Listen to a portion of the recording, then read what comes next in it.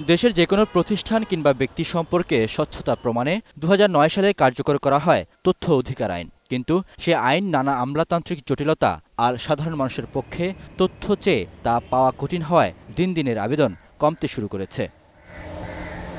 বিভিন্ন দপ্তরে তথ্য বিশ্লেষণ করে দেখা গেছে, আইনটি কার্যকর হওয়ার পরের বছর ২০১০ সালে তথ্য চেয়ে আবেদন করা হয় ২৫,৪১০টি। কিন্তু এর পরের বছর ২০১১ সালে আবেদন পড়ে ৭,৮০৮টি, ২০১২ সালে ১৬,৪৭৫, ২০১৩ সালে ১১,৭২৭, ২০১৪ সালে ৮,৪৪২ এবং ২০১৫ সালে ৬,১৮১টি আবেদন জমা পড়ে।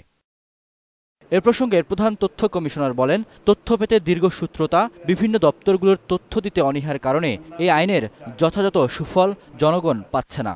যে যখনই তথ্য একটি কার্যালয় থেকে চাওয়া হবে, তখন সেই কার্যালয়ের কাজকর্ম অনেক বেশি স্বচ্ছ হবে, অনেক বেশি জবাবদিহি হবে এবং অনেক বেশি দুর্নীতিমুক্ত হবে।